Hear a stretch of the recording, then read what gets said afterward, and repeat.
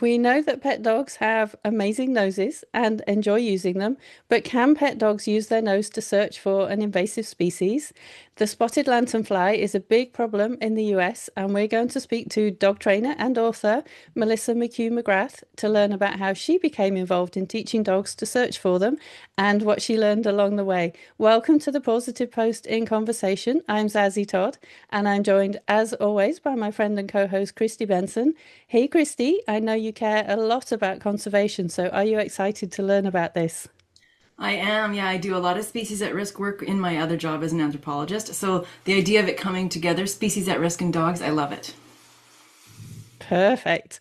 And so we're joined today by Melissa McCue-McGrath, who we're very excited to have with us. She is a professional dog trainer and behaviour consultant.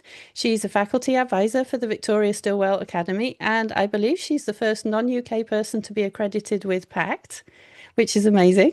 And she's the author of Considerations for the City Dog, and her new book, Misadventures of the World's Okayest Dog Trainer, is just out now and available wherever books are sold. And unfortunately, I don't have a copy to hold up to the camera, but it's got a really funny cartoon on the cover, and I can't wait to read it. So thank you for joining us today, Melissa. Thank you for having me, Zazie and Kristi. We're thrilled to have you here. So, before we get started talking about the spotted lanternflies, in order for you to get involved in that study, you had to have some kind of scent work or nose work training background. So, can you tell us about the nose work classes that you teach? Sure. So I train scent work, but most of my work has been in behavior. So behavior using scent work as a behavioral tool to build confidence, build some skills, build some relaxation in dogs, particularly in urban settings. So 20 years of my career was done in Boston. Sometimes I'll say I did 20 years in Boston and people think I'm talking about jail, but no, I'm just talking about behavior work in high rises and condos. And that often scent work was the most accessible activity that my clients could do. And the easiest one for them to be able to utilize in a day-to-day world for them and their dogs. So for doing behavior work for 20 years and then coming here to Maine and doing scent work, and I don't have as many behavior cases, and being able to kind of use it more in a sporty spice kind of way, was a bit of a change. But it seemed that most of my clients still somehow found out that I did a lot of behavior stuff with it. So even here, even in Maine, when most of my clientele is not reactive or aggressive or behavior aligned, most of the dogs in my scent work classes have behavior plans, including the 6 dogs that did this study. So the spotted lanternfly, which I had heard of, but I didn't really sort of have much of a sense of before I read that chapter. It's a serious pest in the US and it is getting close to the Canadian border. So why is the spotted lanternfly such a problem in the US? So I love talking about this, even though it's a big bummer. So the spotted lanternfly came over on shipping crates from Asia in 2014, and was attached to another invasive species called the tree of heaven. It's a tree, as advertised, but this is the favorite food of the spotted lanternfly. So as people were planting more and more of the tree of heaven, more and more lanternfly had a place to exist and thrive and live and mate and have baby lanternflies. What is unfortunate about the spotted lanternfly is that it is an opportunistic layer and a lazy breeder. And if anybody had called anybody one of those things, it would be the most insulting thing ever. But for the spotted lanternfly, what that really means is that their eggs can be laid on cars, on trees, on garages, on brick walls, on whatever. They don't care. And unlike the emerald ash borer, which can only lay eggs and live and thrive and kill ash trees, your maple trees will be fine. The spotted lanternfly, when it feeds off of things like hops, grapes, cherries, apples, maple trees, whatever it feeds off of, it kind of leaves behind this honeydew, which is like this vomity substance. Sounds delicious, like, but it's kind of sweet. And so what ends up happening is that attracts black sooty mold, and it's that mold that helps decimate crop after crop after crop. If and when this species gets here to Maine, where I live, it's always been predicted to be here by 2026, and it is in neighboring New Hampshire. And I'm in southern Maine. The New Hampshire border is 20 minutes from my house. So when it gets here, it does look like it's on track to be here in 2026. The eggs should be hatching in late March, early April. But we just don't want it to keep spreading, because when it does get here, it can take out up to 70 crops, including maple trees. We just had maple weekend, stone fruits, hops and grapes, as I mentioned before. And I really like wine and beer, so I'm going to be very sad to like, but it is spreading. And with climate change, it's spreading a lot easier. And because it also lays on cars, that vomitous substance kind of looks like mud spatter. So if you're driving your car, it looks like you just have a dirty car. It's really hard to identify the eggs if they're covered, because it does just look like mud. So it kind of flies into new areas very easily. So this is a big problem, hence, I guess, why there was a research study looking at it. So this was actually a citizen science project. And what interested you to take part? So what was really cool about this was that I had actually, in part because of the pandemic, I had started this little podcast called Bewilderbeasts, and it was all about the ways that animals intersected at humanity. And like one of them was about these bees that we had trained, not me, we, like the royal we, had trained to find bombs in Croatia. And so by using associative learning, the same stuff that we use for dogs, cats, horses, whatever, so these bees would get something sweet, sugar water, every time they were on TNT or whatever makes things go boom. They would then release the bees, and they would kind of huddle over where there would be that same odor, and then they could deploy bomb squads to that area without paying for a dog or risking a person or anything like that. So it was a safer, faster, cheaper way, for bomb detection work. And so I was super interested in this. It was another bee story, actually. It was about the honey in Pennsylvania was basically turning the color of motor oil. And researchers and apiarists, people who study bees or have bees, they couldn't figure out what was going on with the honey. And the honey was also coming out tasting smoky. And so they were like, all right, well, hasn't killed anyone. We'll keep selling it. We'll figure out what's going on. So a bunch of scientists got involved. They're dissecting this. Meanwhile, they're still selling this honey.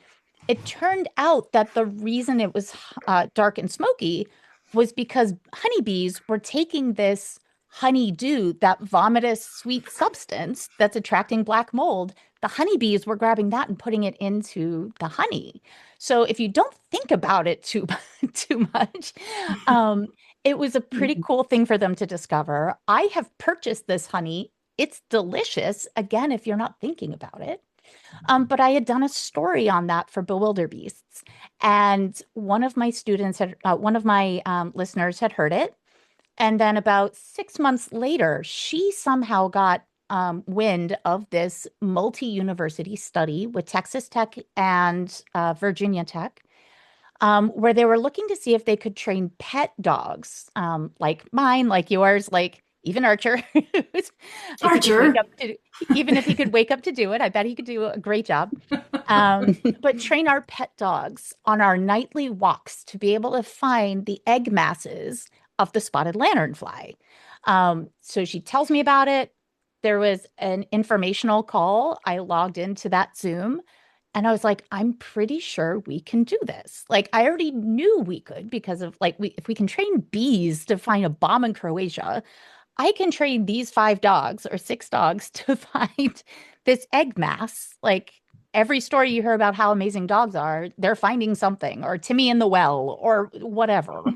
I knew we could. It was just a matter of how we were going to do it with 5 dogs with behavior plans and one dog who didn't have one, which was very different than from the scope of what they were looking for in this study. They were specifically looking for NACSA, National Association of Scent Working Dogs. They were looking for that type of trainer and those handlers. I am not that. I had never been to a scent work trial.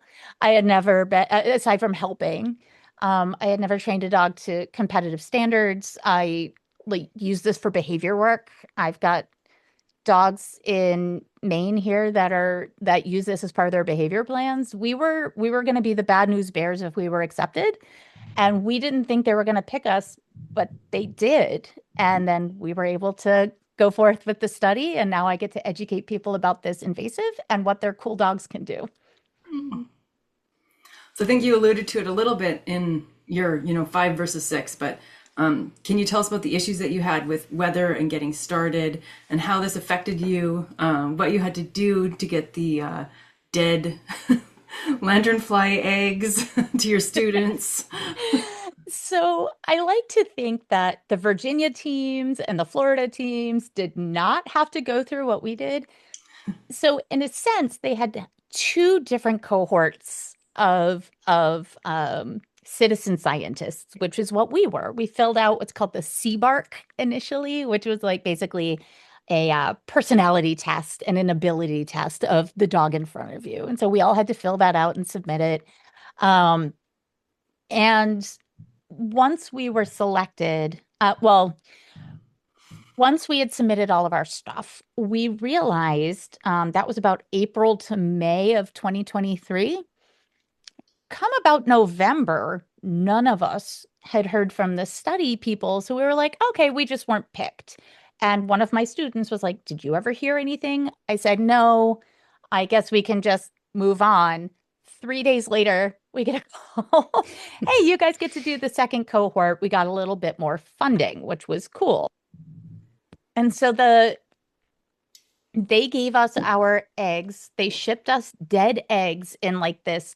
It almost looked like window screen mesh, like metal eggs in that.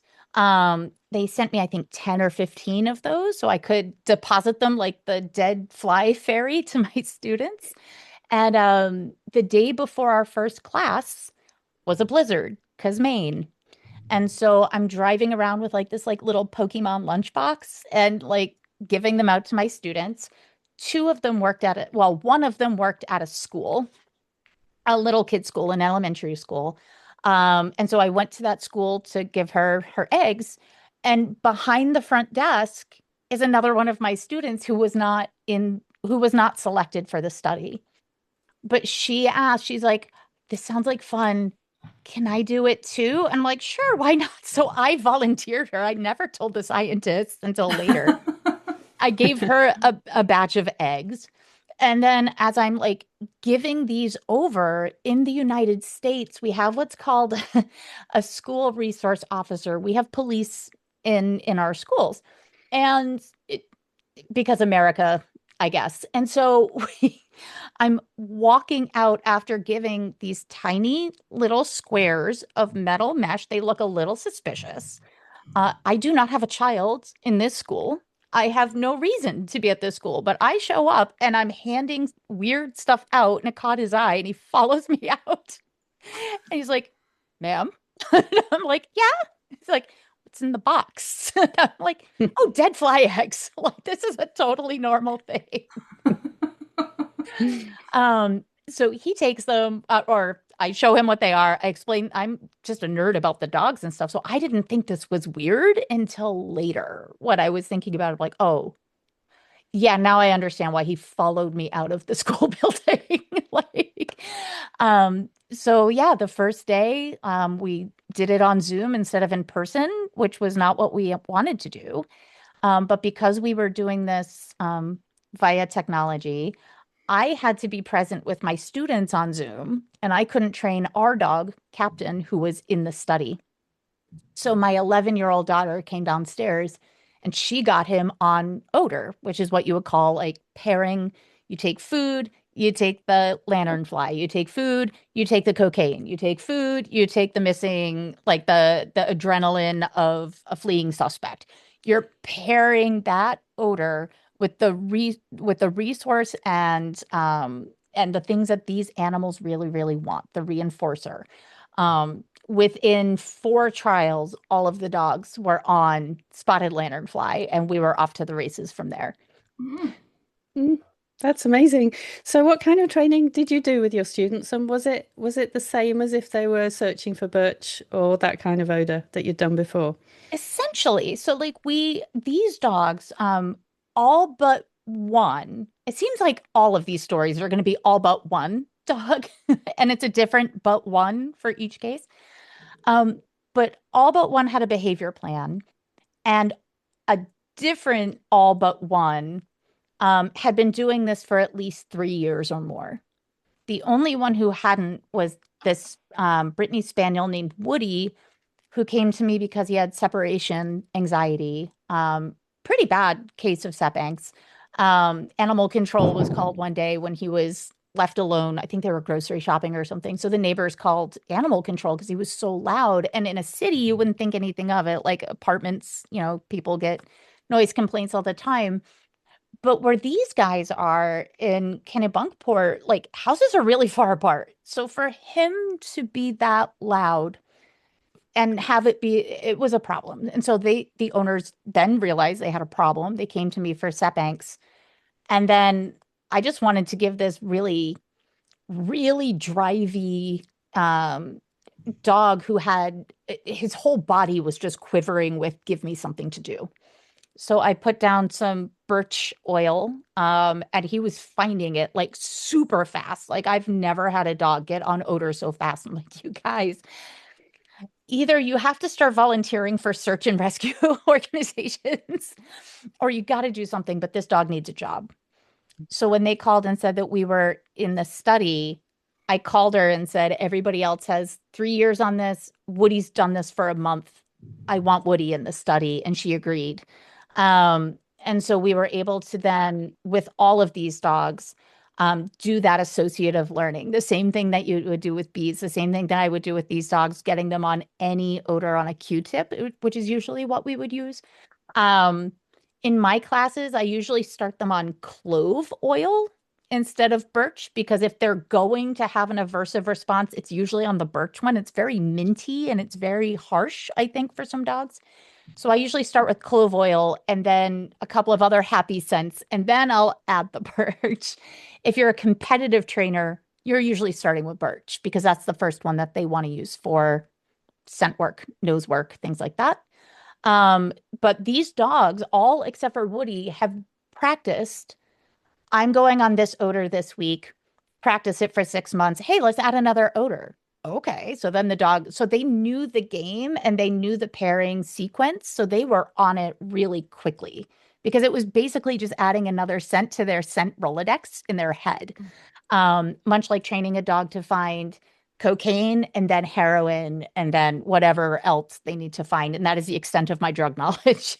But having those dogs hear the cue and being able to lump a bunch of things under one umbrella as a thing that they can find and still get the reinforcer is incredibly important in what we call operational handling, working dogs, search and rescue, drug detection, weapons detection, stuff like that.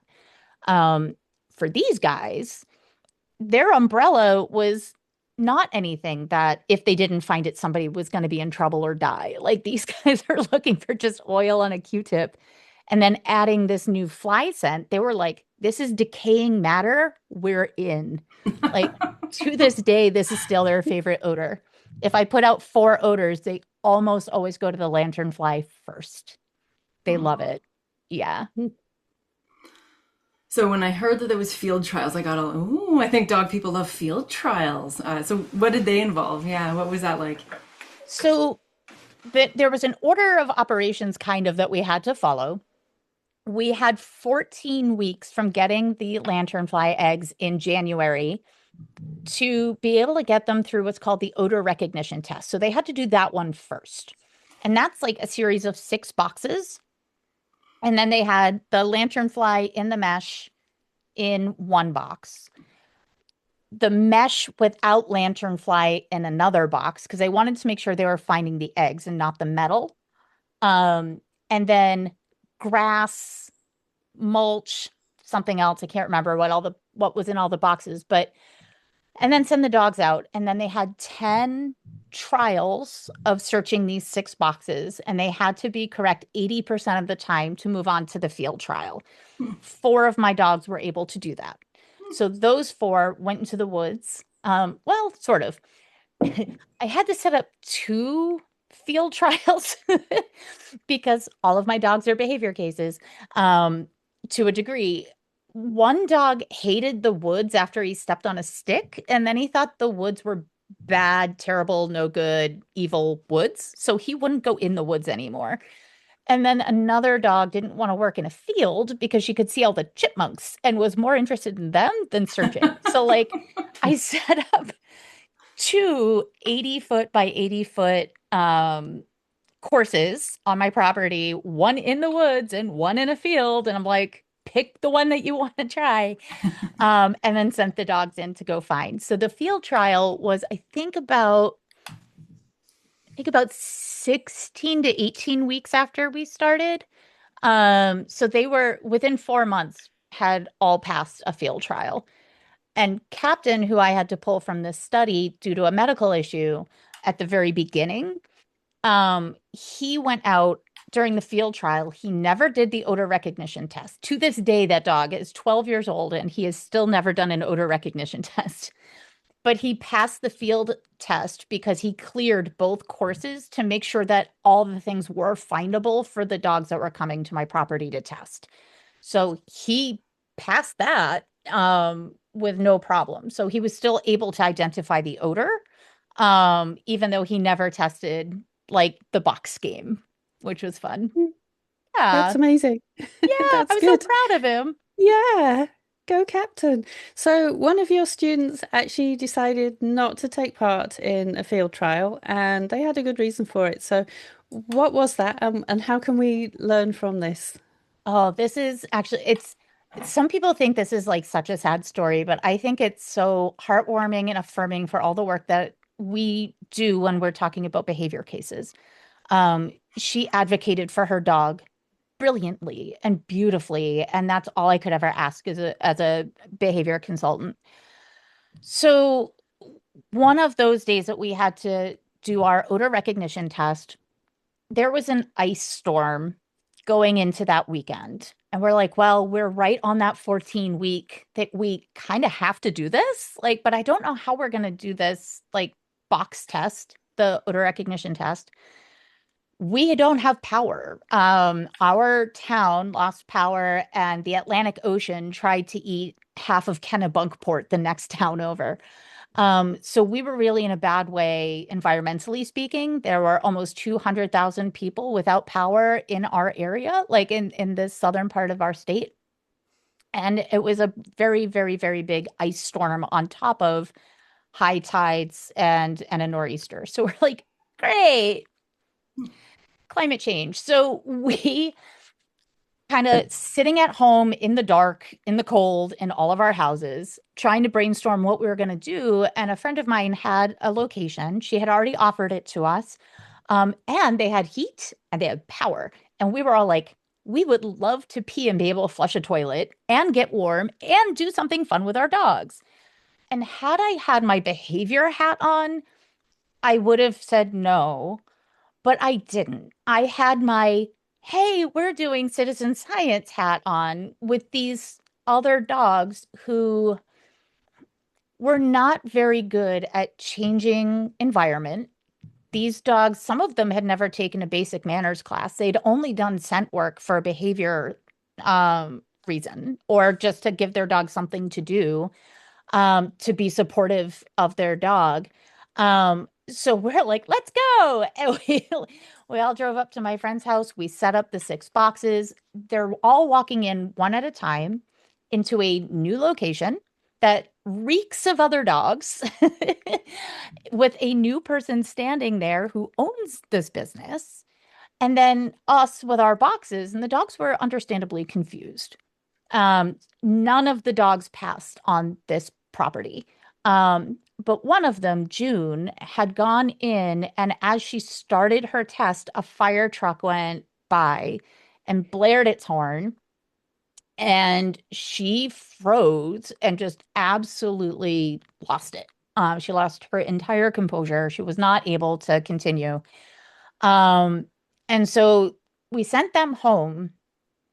I think she went through 4 trials, but it was clear this was not going to work. And it was just not, at one point, it was like, this isn't behaviorally sound for us to see if she can keep going. This is not fair. So we sent her home. And then during her next try at the test, they each had 3 tries that they could take to do the 10 box game. All but one passed on the second try. One did pass on the first, which was cool. But she came in to do her test the second day, and the owner was visibly upset and was like, I have been trying to put out lanternfly. She's not looking for it. This is supposed to be fun for her. It's not. I can't in good conscience keep going with this. I'm like, this is the right decision. So instead of putting out lanternfly, we did give her the test, but we put cheese in the box. So she came out and she's like, cheese boxes. And so she found all 10 cheeses, no problem. So, I feel kinship with that. I myself would also find the cheese. Oh, Wensleydale, sweet. So but she came out and she, like, we started to see that tail come from tucked to like neutral and wiggly, like stiff to wiggly. Her eyes that were big saucers when she came in started to soften. We were like, okay, this is where we need to be right now with her. And I'm really proud of her for finding those 10 pieces of cheese, because if we ever get invited to clear a winery, somebody has to find the cheese for us to match with the wine that we hopefully are given in compensation for saving an orchard. But she has since come back. She's been with me now for 4 years total, almost 5 years now. And when she came back for scent work, I think she got like a 3 or 4 month break and then came back into it. She's my most reliable lanternfly hunter. And she, even last week, I just love this so much. I know I'm going on and on, but I just love this dog. She, she came in to the room and we had changed it all on her. Now, June needs things very specific way. Like, so if she's in position 1 for her setup, she's always in that one little pod for her setup. I try never to move her spot. And we always have the shades pulled. And then the dog next to her is always the same dog next to her. Like she just needs things a certain way and then she can work. Well, my boss had taken a break between scent work classes. And so we had an agility pop-up class and June signed up for it. I don't even think she's ever done a basic manners class. So she comes in and June's like, hey, what's that? Who are these other 3 people? I did not give them permission to be here. Nobody checked with me. Like, so she was bark, bark, bark, very upset. My assistant's working with her. And we gave my assistant some lanternfly eggs to find in her pod. And then she started sniffing around over there. We get her out onto the floor. We're trying to encourage her over some of the obstacles. She's like, nope, everybody's watching me. I don't like it. So we put out lanternfly. And then she went through the tunnel and then she was able to go over the jump. And then so like this thing that was so scary to her because of this horrible association with this fire truck ends up being the thing that got her through an entire agility class and like got her to soften and got her to a good place. So like, I am so proud of this dog and for this handler for their advocacy. And yeah, she's not going to win any competition. She's not going to win any trial. She'll never go to a trial.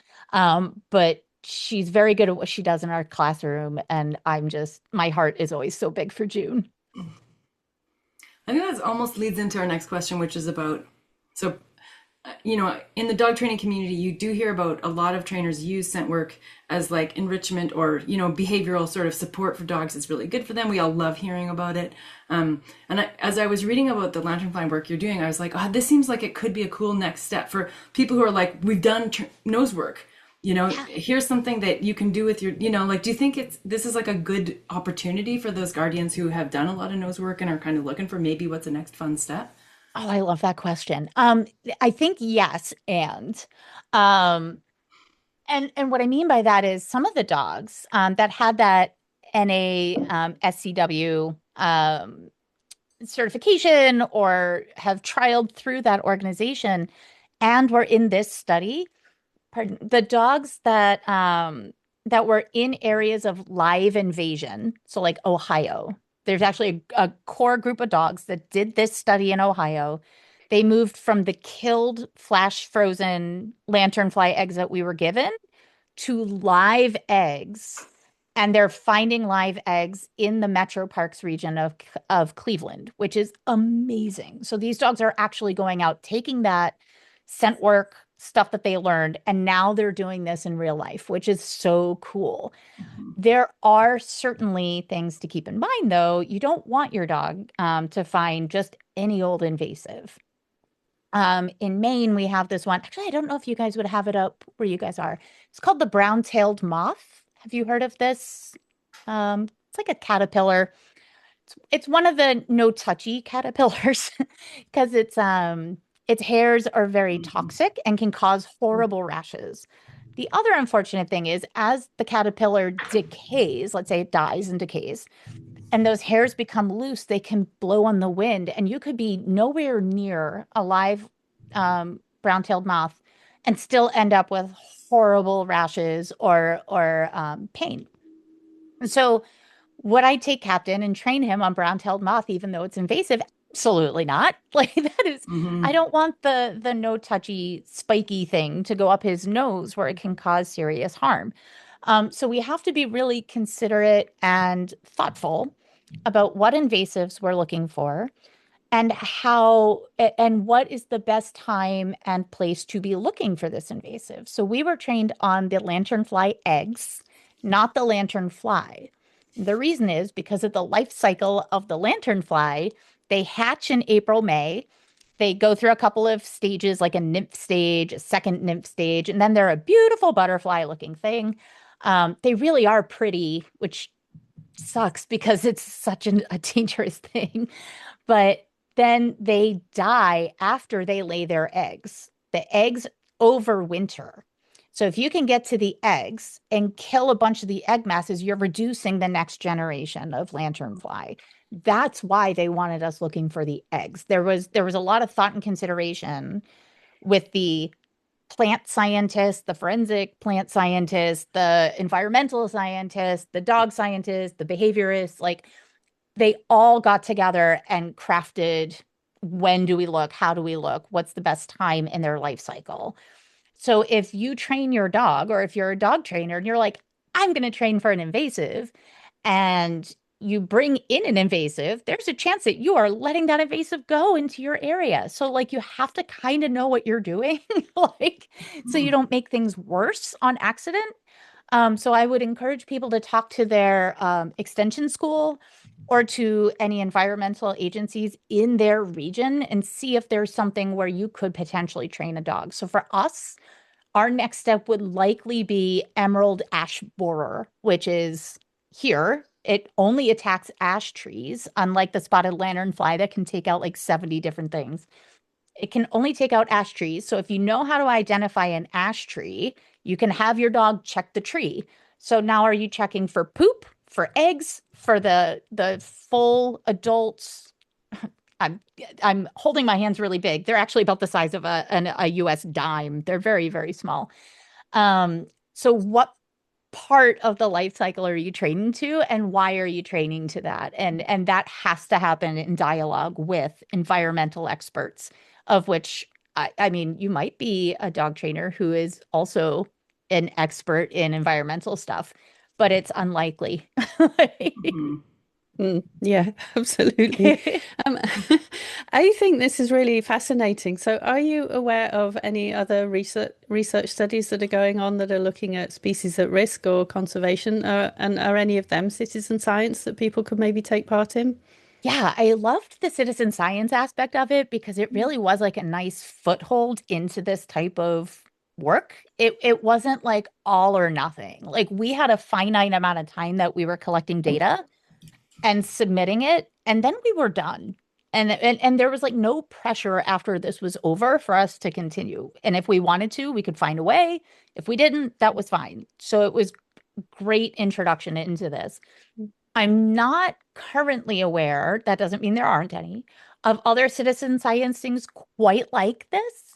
But I know that they were looking for additional funding to continue on some of the research that they had that might be supported by the data that they collected. So this was just what they call a proof of concept study.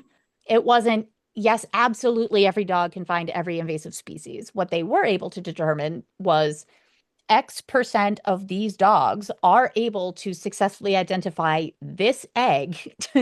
And of this number of dogs, X% can do this on real fly eggs. That was really all it was designed to do. And hopefully somebody can use that as a stepping off point. And if they do, I volunteer as tribute to be your citizen scientist. And can we just stress real dead fly eggs? Dead, very dead, very dead, dead, dead. At least for us. What I found interesting, and I think I've missed the first part of the question, so I'll come back to that in a second. But like, what I found really interesting about this was the dogs who were able to find, who were in live invasion and they were able to find the active invasion, some of them were taking their field test and were looking for the dead fly eggs and were alerting in other places where they didn't hide. Then they had to bring out the evaluator who would look and confirm, no, these are live eggs. Your dog just hit on live eggs. Wow. So the dogs were hitting on live invasion in many cases during their test. So that the transition from dead to live was actually very easy for most of these dogs. But there was a 40% attrition rate in the citizen scientists. So they started with 180 dogs and 40% were done by the time of the first test that we took, the odor recognition test. So I don't know why that is. I think that would be a really cool thing to find out from the scientists. But I think that was like the most shocking number to me, was like, you got in and now we're not doing it. And maybe they also had a bad winter and it was just torture. But I actually think that's a really good number that yeah, me kept too. Going, so. Oh, really? Yes. But the social scientist in me is curious about why people dropped out too. I'd be like, well, we could ask some questions. Right. And that was the part that I just couldn't, like, for me as somebody who's never done, I mean, I have my bachelor's degree in psychology, but I never did like the high level science for like a PhD or something like that. And so that 40% to me is essentially a layperson is really high. And for you guys are like, oh, that's low. That's about right. That's fascinating. It would also be interesting to hear like what is any, like, what are the themes that kept people in it? So the people who stayed in it, what were they getting out of it? And it was super interesting project. For us, I think it was sheer spite that it's like, we're committed. We are Mainers. We signed up for this. And if it kills us, we're going to finish this study. A little while ago when you were like, maybe don't just go do this on your own, do it in part of a bigger managed project. My first thought was, in the area where I work in the Northwest Territories, cougars are moving into areas where they haven't been before. And I'm like, don't do that. Hey, kitty. Don't do that. Nope. No, don't do that. One thing that I keep thinking of is, and this actually brings me right back to the first part of this question, is like, do other people do this?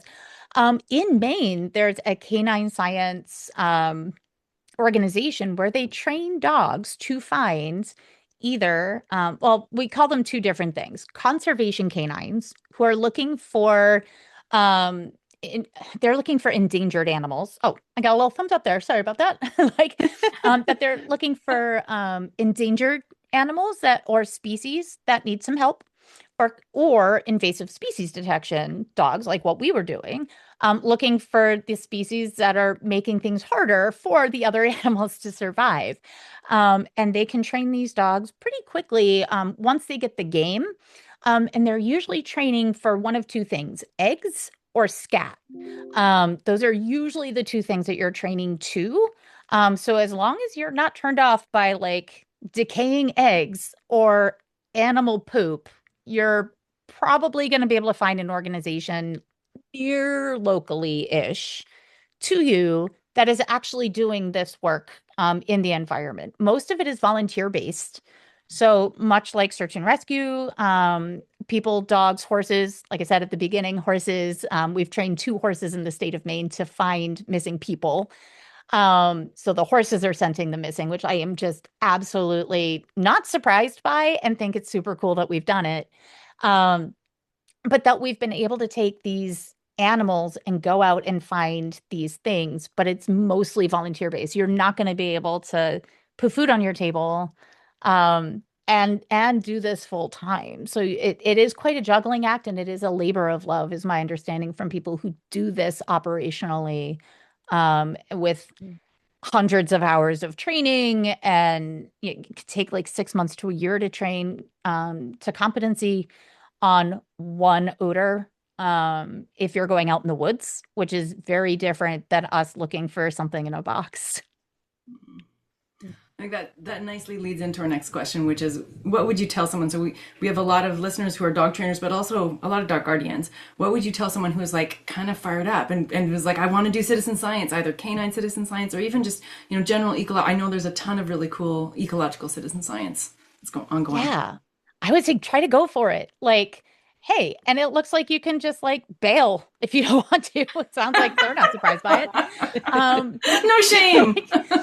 That might not be the takeaway, but I think truly, if you're excited by it and you want to see what the whole process is, much like how I think about getting into job training was for me, it was like, I have no idea what I'm doing. I'm doing the best with the information I have. And wow, this is a lot harder than I thought it was going to be. You will either hate it and walk away, or you're going to be fascinated by it. And even the hard things are worth it, and you're going to keep going. And then you'll learn more. And I think if there is such an opportunity and you're really curious about it, do it. See what this takes, see what this is like.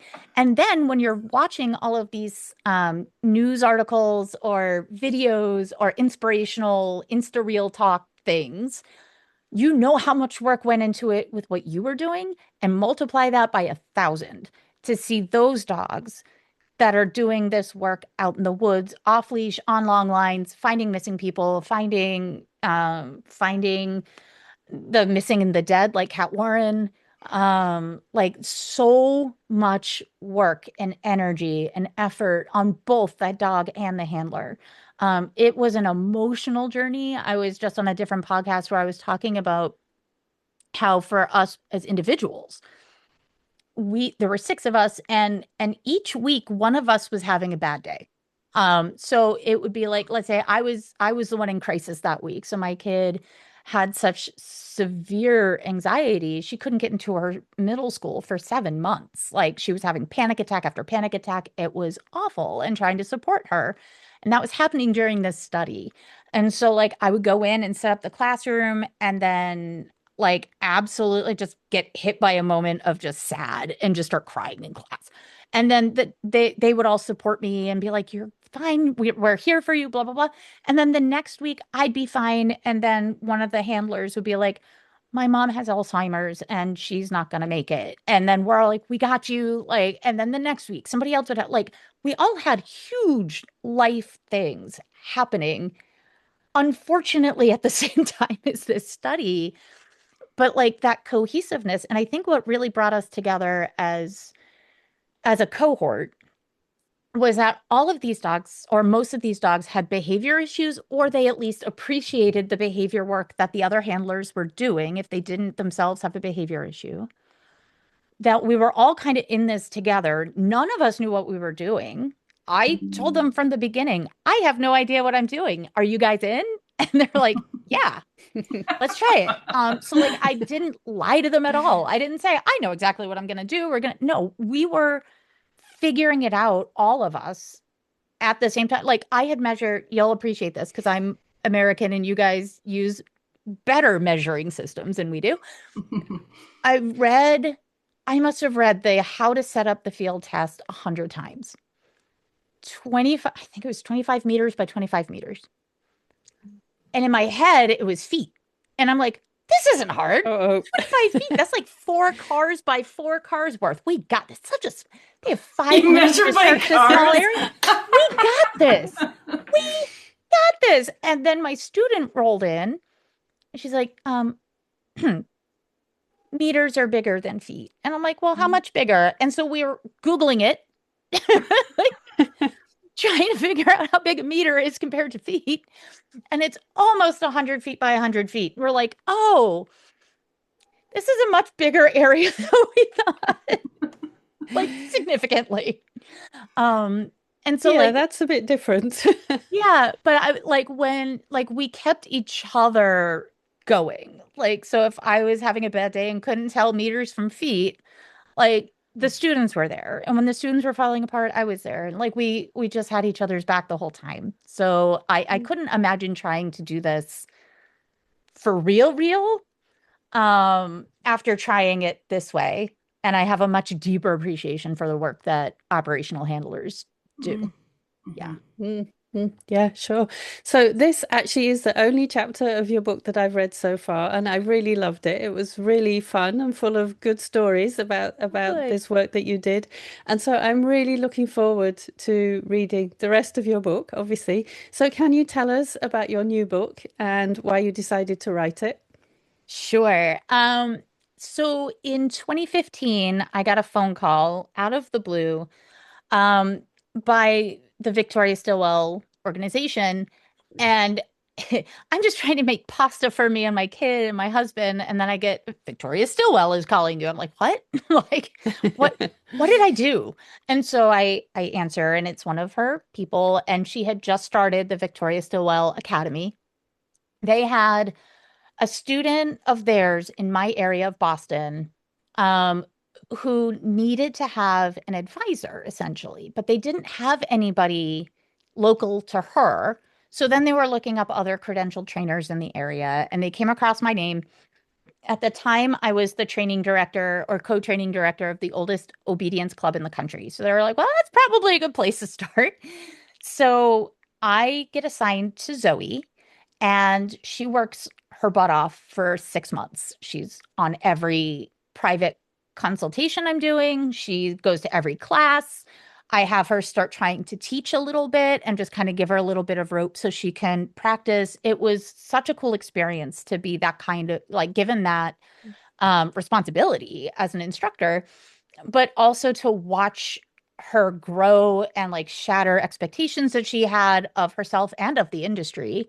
Kind of much like these lanternfly, like how hard it is for operational handlers. I think for her, she came in, I just love dogs. And like, oh, there's a lot of pee in this. And like humping is really hard to talk about in front of people. And this is weird. And to see how hard some of my private cases were. So I think it was kind of a nice awake. I don't want to call it a rude awakening, but I think it was an awakening of sorts for her to be like, oh, there's a lot more here now that I've opened my curiosity and I'm here. And so she gets ready to take her last exam to get her certification. We're in the car and she goes, well, what do I need to know for the test tomorrow? And I'm like, well, the learning theory chapter, probably good to refresh that. And she's like, nope, pause. Not that. Nothing that I've learned in the course. What didn't they tell me? And that's what this book is. This book are like stories. Each chapter is like your worst case, your humpiest cases, your whatever. So I wanted this book to be kind of conversational, like trainers and behaviorists and dog nerds talking about their experiences in this industry. But I also wanted these personal stories to highlight a bigger facet of dog training. So there's one in there that's your experience with sexism. 89% of dog trainers that have graduated in, I believe it was 2019 when I reached out to all these organizations. So Victoria Stilwell, CPDT, Academy for Dog Trainers, Pet Professional Guild, and there was another one in there. And I reached out to them and I was like, hey, all of your graduates, how many were women or female identifying, or at least not cis white dude identifying? And how many were men? And the numbers I was able to get and compile, my husband's a data analyst, so he was able to actually write some programming for me and actually pull the data, which was cool. And it turned out to be about 89.9% are either women or non-binary people. And we're trying to figure out how on earth is this industry still so misogynistic and sexist in many ways. And so talking about that and talking about like when you go into a house that you're expecting to be a jumping case, like, oh, this will be an easy training case. And then the dog bites you in the hand when you walk in, and now you have a behavior case with a bite history or hoarding case. You don't know it's a hoarder until you walk in the front door. So things that were either really funny that you're not expecting or really heartbreaking that like you're not expecting because nobody told you what that part of this is like. So I wanted it to be kind of that, like the behind the curtain of what this industry is really like. Much in the way that one of your Bark authors last year was Dr. Philip Schott. And I was familiar of his work, not in the fiction sense, but his nonfiction books as a veterinarian and talking about what that was like. And Dr. Nick Trout had a very similar book for a veterinarian at Boston's Angel Memorial Hospital. And being a big fan of those two, that also informed how this book was going to be written. It's a behind the scenes of this is what your behavior consultant or your dog trainer is probably talking about behind closed doors. Very cool. Congratulations on the book. Thank you so much. I will put a link in the show notes and I will put links to those veterinarians books as well in the show notes too, since you mentioned them. And we always like to ask towards the end to ask people to recommend a book that they have read recently and loved. So what have you been reading? So I love reading mysteries. I actually have two, if that's okay. The first is, of course, Dr. McConnell's A Way to Me. I know she was recently on the show, on the podcast, but I just loved it. I was given an opportunity to read some earlier versions of that book and seeing how it changed over time and appreciating the process that she went through. And seeing the development of this character, Maddie McGowan. So I want to recommend it just because it really is. If you like mysteries and you like good writing, this is both of those things. And as she always says, the dog doesn't die.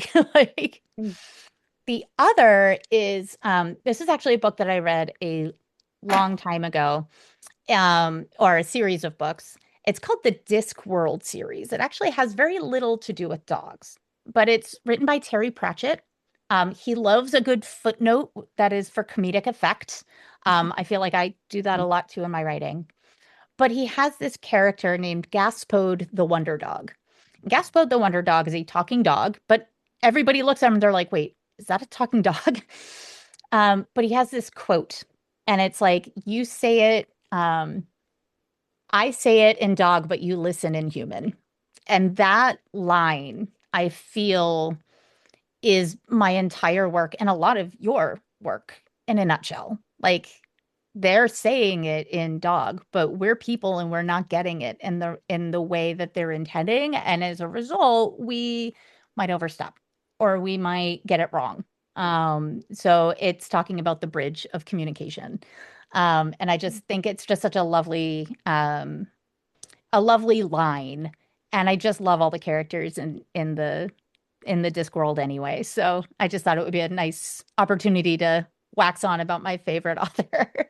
Awesome. Thank you. Yeah. So if people want to know more about you or get your book, where do they go? So they can go to melissamcquemcgrath.com And if they want to order the book, and I hope they do, they can go wherever they like to get books. They can go on Bookshop and they can support their local bookstore, which is my favorite way for people to get it. They can go directly to the publisher, 5M Books, which is in the UK. And they were so nice. They didn't make me put yous in things that I'm not used to putting yous in, like behavior. like, so they were so nice about that. And they did not make me feel bad about not using yous. And or, any of the big box stores if those are convenient for people. Awesome, thank you. And I'll put that link to your website in the show notes as well. So thank you very much for joining us today. It's been really fun to chat with you. Thank you so much for having me. This was a joy. And I'd like to give a special shout out today to our listeners in Winnipeg, Manitoba. Thank you for joining us. And wherever you're listening from, thank you for being with us today. If you've enjoyed this, please tell a friend about it so that they can enjoy it too. And we will see you next time. Bye. Bye.